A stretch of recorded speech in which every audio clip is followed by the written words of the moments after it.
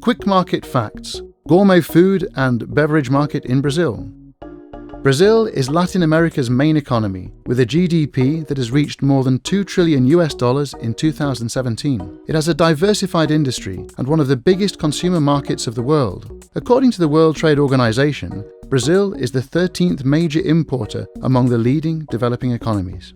The country is also the world's 5th largest in territory extension, occupying almost half of South America, and the 5th largest in population, with 207 million people in 2017.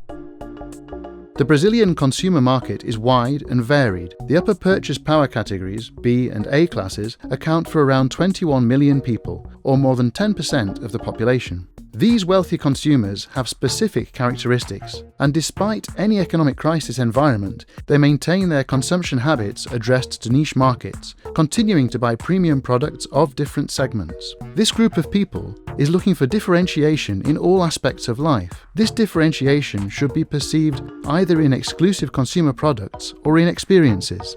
Unique designs, superior and neat products, innovative flavors and aromas, single origin or imported items, and high-quality ingredients are much appreciated. These customers don't mind paying more for accessing these high-end goods. The gourmet food and beverage market in Brazil is also an example of a growing segment based on more elaborate culinary styles and on what is conventionally called high gastronomy. In 2017, wine imports, for example, have raised 35% compared to the previous year, reaching 126 million litres, according to the Brazilian Wine Institute. The cheese market in Brazil has reached a retail value of more than $7 billion, an increase of 18% compared to the previous year, according to Euromonitor International. The seafood market is also very promising, having benefited from a boom of Japanese and Asian restaurants. In São Paulo alone, there are an estimated 3,000 restaurants in this category. In the last decade, salmon imports, for example, have increased from $77 million to $508 million.